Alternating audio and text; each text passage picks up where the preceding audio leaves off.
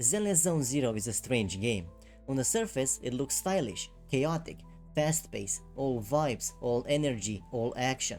It's the kind of game where you can spend hours thinking about combos, animation cancels, fashion, and never once stop to think about the world underneath it. But here's the twist. ZZZ actually has one of the bleakest, most quietly unsettling settings Hoyoverse has ever written. And the funniest part, most people don't even notice it, because the game hides its darkness behind neon lights, loud music, and slice of life comedy.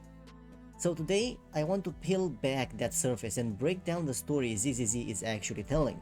Not the gacha banners, not the character teasers, not the memes, but the world building. Because in ZZZ, the lore isn't optional, it isn't background flavor, it's not some encyclopedia you read after the credits. It's the entire skeleton that holds the narrative together. And once you understand the world, the entire plot feels different. This video is going to walk through the main narrative foundation of ZZZ, the Hollows, New Eridu, the proxies, the factions, the hidden history, and what the game is really setting up behind all the visuals. So whatever you're confused about the plot or just curious what the story is actually about, let's break it down. Let's start with the big question, the one the game never dumps on you directly, but quietly builds piece by piece. What actually happened to this world? Why is New Eridu the last surviving city? The short version, human civilization as it existed ended. Not emotionally, not symbolically, but literally. Human civilization collapsed when something impossible began happening everywhere at once. Hollows. Hollows are these massive reality-breaking anomalies. They don't behave like storms, they don't behave like natural disasters. They're more like dimensional wounds. They tear open the world, override physics, swallow entire cities, and replace them with something alien. And inside those anomalies, ethereals, creatures that shouldn't exist, creatures with forms that look halfway between animal, machine, and nightmare. Because hollows don't follow the rule of biology, they follow the rules of entropy. And everywhere these hollows appeared, civilization collapsed, governments fell, land became uninhabitable. The old world didn't go out with a war or an uprising, it went out with distortion. And here's the part most players don't think about. New Eridu didn't survive because it was stronger. It didn't survive because it was smarter. It survived because it was willing to do something morally questionable that every other city refused. It embraced the apocalypse. It didn't fight the hollows. It learned how to exploit them. While the rest of the world died resisting, New Eridu said, "Fine, if the world is ending, we're building a new one out of the ashes." And that single decision, that refusal to cling to the old world, is the entire reason the story of Zenless Zone Zero exists. New Eridu didn't survive because it was lucky, it survived because it was willing to do the unthinkable. Every other nation on the planet tried to escape the hollows, to contain them, to fight them, to pretend the world wasn't ending. New Eridu did the exact opposite. It stepped into the disaster. They studied the hollows, they mapped them, they learned how the distortion behaved, and eventually they did the one thing no one else dared to attempt. They built an entire economy on top of them. Ether extraction is the heart of this city. It powers everything, the tech, the infrastructure, the corporation, the militarized zone. Hollows aren't just a threat here, they are a resource, a commodity, a necessity. And that's the narrative genius of New Eridu. This isn't a city built on hope, it's a city built on risk. It's the closest thing humanity has to stability, but it's manufactured stability, like a skyscraper built on an active fault line. Everyone knows the foundation is dangerous, everyone knows the collapse could come tomorrow, but the alternative is extinction, and the result is a society that exists in this strange state of controlled danger. People here live good lives, neon lights, entertainment districts, thriving businesses, but all of it is made possible by tapping into the phenomenon that erased entire countries. This is what gives Zenless Zone Zero its identity. Not the flashy action, not the stylish character, but this feeling of walking to a city that shouldn't exist. A civilization held together by technology, ambition, and denial. New Eridu didn't conquer the apocalypse, it made a deal with it. And the deal has a cost, because when you build your entire civilization on top of something fundamentally unstable, you don't inherit its power, you inherit its consequences. And the clearest expression of those consequences are the hollows themselves. In most games, dungeons exist purely for gameplay. You go in, get loot, beat bosses, and move on. But in Zenless Zone Zero, the hollows aren't just dungeons. They're the spine of the entire narrative. Hollows aren't physical spaces. They're ruptures, tears in reality where logic breaks, memory slips, and time stops behaving the way it should. They swallow cities, rewrite landscapes, and erase the concept of safety. But here's the fascinating part. The deeper you go into the hollow, the more it stops feeling like a place and starts feeling like a metaphor. Hollows reflect the world's biggest fear, that everything humanity builds is temporary, that the ground underneath New Eridu is only pretending to be stable, that no matter how advanced the technology becomes, the next rupture could erase everything. In that sense, hollows are thematic mirrors.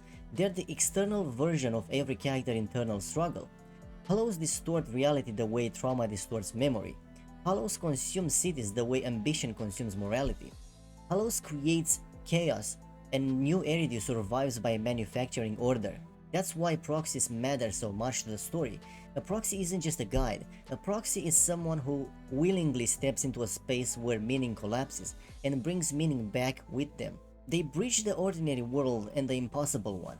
They face the dangers everyone else pretends don't exist. They walked into the metaphor, so the rest of humanity can keep pretending it's just a game of survival. So when you enter a hollow in Zenless Zone Zero, you aren't just entering a combat encounter.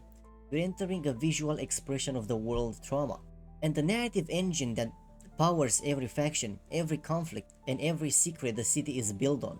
And because hollows work the way they do, Zenless Zone Zero makes a very deliberate choice about who you play. You don't play a chosen one. You're not the reincarnation of a lost god. You're not the cosmic warrior marked by destiny. And honestly, that alone sets ZZZ apart from almost every other Hoyoverse title. You are a proxy, a guider, a handler, a facilitator, someone who doesn't fight the battle directly, but understands the hollow better than anyone actually stepping inside. And narratively, that's brilliant. Proxies exist because the world is broken, because hollows are unpredictable, dangerous, and constantly shifting, because no matter how skilled or powerful a hollow raiding team is, they still need someone on the outside who can read the terrain, the anomalies, the distortion, and get them out alive. Your job isn't glory, your job is survival, and that changes the entire tone of the story. Most games make you the center of the world. ZZZ makes you the point of contact between worlds, between order and chaos, between civilization and collapse, between humanity and the unknown. Proxies don't conquer the hollows, they navigate them, they negotiate with them. They walk the line between what's safe and what's suicidal. And that says something about the kind of story ZZZ is telling. In a world where reality can melt or reshape itself at any moment, heroes don't survive. Specialists do. People who understand systems, people who can manage information, people who can minimize losses. And that's exactly where proxies sit. At the intersection of danger, desperation, and opportunity. Every faction needs proxies, every hollow expedition relies on proxies, every conspiracy touches the proxy network. You're not important because of who you are, you're important because of what you make possible. That's why Bill and Wise operate a tiny video shop as their cover. Their whole existence relies on staying small, staying invisible, while secretly being the only ones who keep New Eridu from collapsing into chaos. In most stories, the protagonist's power drives the plot. In ZZZ, the protagonist's perspective drives the plot. You're not the strongest person in the room, you're the one who understands the room. And that makes Zenless Zone Zero feel more grounded, more lived in, and weirdly, more human than most games of this genre. And if proxies are the ones navigating the chaos, then there has to be something at the center of it all. Something so massive, so unresolved that every system, every faction, and every lie in New Eridu bends around it. Every story needs a gravitational center, something so big, so consequential, that every character, every faction, every conflict eventually bends towards it. In ZZZ, that center is Hollow Zero, not just the biggest hollow, not just the oldest, but a catastrophe that reshaped the entire world. Hollow Zero destroyed the old capital, not in a tragic backstory way, but in a world-altering, civilization-ending event that no one has fully explained. And here's what makes it narratively brilliant. Everyone in New Eridu acts like they understand Hollow Zero, but no one actually does. Hollow Zero isn't just a past disaster, it's a shadow the whole world is still living under. Every major institution in New Eridu exists because of it. The government regulates society because Hollow Zero proved the world can collapse overnight. The corporation monopolized Ether because Hollow Zero taught them whoever controls energy survives. The Hollow Raider groups risked their lives because Hollow Zero created value in the ruins of destruction. In a way, Hollow Zero didn't just devastate the world, it built the new one. And here's the part players often underestimate. We still don't know what actually happened inside Hollow Zero. The cover-up runs deep, the documents are classified, the eyewitnesses are gone, and the few people who do know something, well, they definitely aren't telling proxies. Hollow Zero is the perfect narrative engine, a place where the truth is dangerous, where memories are unreliable, and where history has been rewritten so many times that even a new Eridu isn't sure what it's hiding anymore. This isn't just lore, this is the long-term arc, the backbone of the franchise. You can already feel the plot threads tightening around it. Why do certain factions obsess over Hollow Zero? Why do some characters have memories they shouldn't? Why does the city react so violently to anyone digging too deep? Hollow Zero is the mystery everything else connects to. The event that will eventually force every character to choose a side. The Hollows may shape New Eridu, but Hollow Zero defines it. Hollow Zero didn't just rewrite the physical world, it rewired how people think about survival. Instead of humanity coming together under one banner, people interpreted the apocalypse in completely different ways, and each interpretation becomes a faction with its own agenda, its own ideology, and its own definition of what saving the world even means. And that's where the real conflict of ZZZ begins, not in the Hollows, but in the philosophies fighting over how to live with them. In a lot of fictional worlds, people like to imagine that a global catastrophe would unite humanity, but real post-apocalyptic fiction and real human nature tells a different story. When systems collapse, people don't usually unify, they fragment. They cling to whatever ideology, structure, or leader can promise survival, even temporarily. And Zenless Zone Zero leans heavily into that realism. New Eridu isn't a city where everyone agrees, it's a city held together by tension, and its factions show exactly how fractured humanity has become. Each faction in New Eridu represents a different coping mechanism for living in a world that died. The government, fear managed to control. They regulate, restrict access, maintain order, not because they're noble, but because fear makes people crave authority. Corporations, fear monetized. In a collapsed world, morality becomes optional. Ether is profit, hollows are resources, and people are costs. Proxies, fear turned into opportunity. They run hollow dives not as heroes, but as specialists in a dangerous economy. They are thrill seekers, mercenaries, survivors, people who've learned to profit from chaos because stability no longer exists. The Exaltist, fear transformed in belief. Some people cope by embracing the thing they fear. The Exaltist believe the hollows are evolution, that collapse is purification, that destruction is transcendence. These aren't just gameplay factions, they are psychological responses to a world that no longer makes sense. And when those conflicting survival philosophies crash into each other, that's where Zenless Zone Zero narrative really gets sharp. And when every group is trying to survive in a different way, the story stops being about who's right and starts being about what survival actually costs. This isn't a story about defeating the apocalypse, it's a story about living inside one. And that distinction changes everything. Because when you stop asking how do we end the crisis and start asking how do we exist with it, you get a very different kind of narrative. In ZZZ, the hollows aren't a temporary threat. They're not a looming disaster waiting to climax. They're a permanent condition, a new law of nature. This is a world where survival isn't exceptional. It's a routine, it's mundane, it's institutionalized. And that's why the story feels so different from other post-apocalyptic worlds. Because here, humanity isn't clinging to hope. It's building an economy, bureaucracy, and daily lifestyle around the disaster. The ZZZ is obsessed with one question. What do people become when the world stops making sense? Some people adapt, some people exploit, some people collapse, some reinvent themselves entirely. And the faction we talked about, government, corporations, exaltists, proxies, they're not just world-building elements, they are reflections of human coping mechanism, control, profit, fate, denial, curiosity, escape. Every character and every group is a different answer to the same fear. If nothing is stable, what do you hold on to? ZZZ refuses to follow the usual apocalyptic formulas. There's no chosen one destined to fix everything. There's no prophecy telling us how the world will end. There's no unified war effort to reclaim the planet, because that kind of narrative assumes something that ZZZ absolutely does not, that the apocalypse has an endpoint. The real story Zenless Zone Zero is telling is about adaptation, about how humanity bends, compromises, restructures itself, and sometimes corrupts itself just to stay alive. People aren't surviving because they're brave, they're surviving because the alternative is unthinkable. And that's where the emotional weight of ZZZ comes from. Not from grand battles or world-saving moments, but from small human choices that keep a broken world functioning one day longer.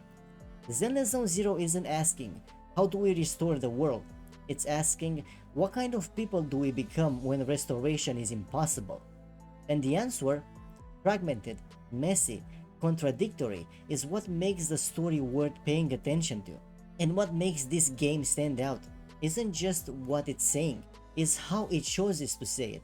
By focusing on hollows and the city built around them, ZZZ avoids the usual gacha storytelling pitfall.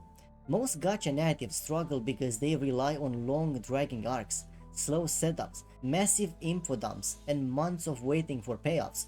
ZZZ dodges all of that by doing something deceptively simple. It uses world building as storytelling. World equals narrative. In ZZZ, you don't sit through lectures about hollow physics. You experience instability every time a map shifts under your feet. You don't read essays about political tension. You feel it when factions fight over resources you just extracted. You don't get a monologue about New Eridu's corruption. You see it in quests, in side jobs, in the way people talk about the city. This approach avoids the usual gacha pitfalls because the game never stops the story to explain itself. The world is the explanation. Another reason the narrative works is pacing. Instead of giving you one giant storyline that drags across multiple updates, ZZZ breaks everything into focused narrative bursts, small arcs, strong character bits, and concise missions. Nothing overstays its welcome. Nothing demands you wait 6 months to get payoff. Every quest gives you something, a clue, a character moment, a faction insight, or a hollow mystery. And this is my favorite part.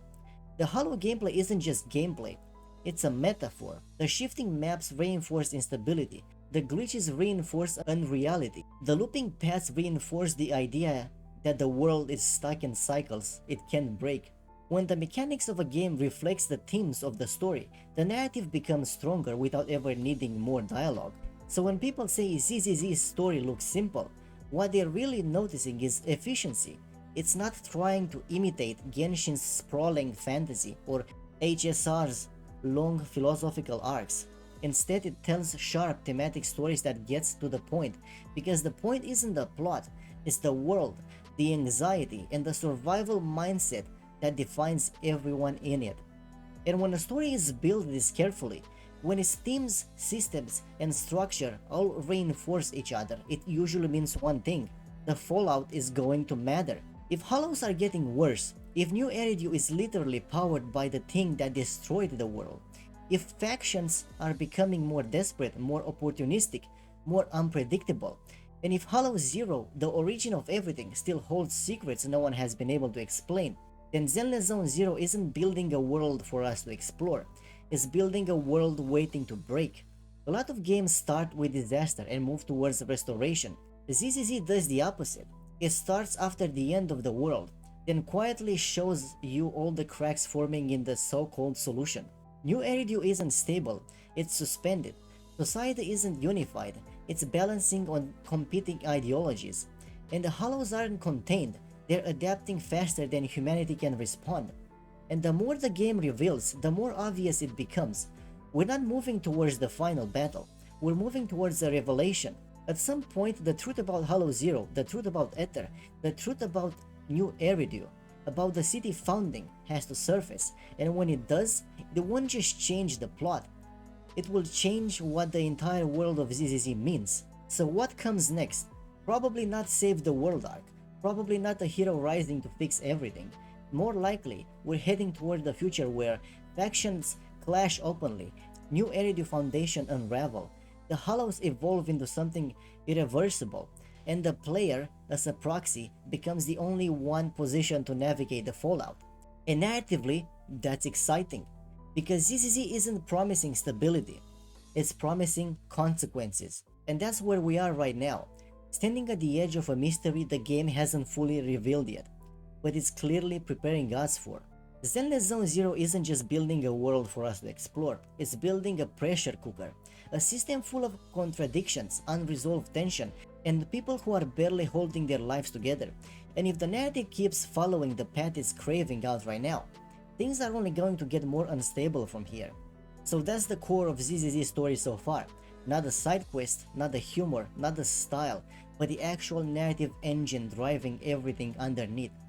If you want a breakdown of the factions, a deeper dive into Hollow Zero, or a full analysis of the Exaltists and what they really believe, let me know, because each of those deserve its own video.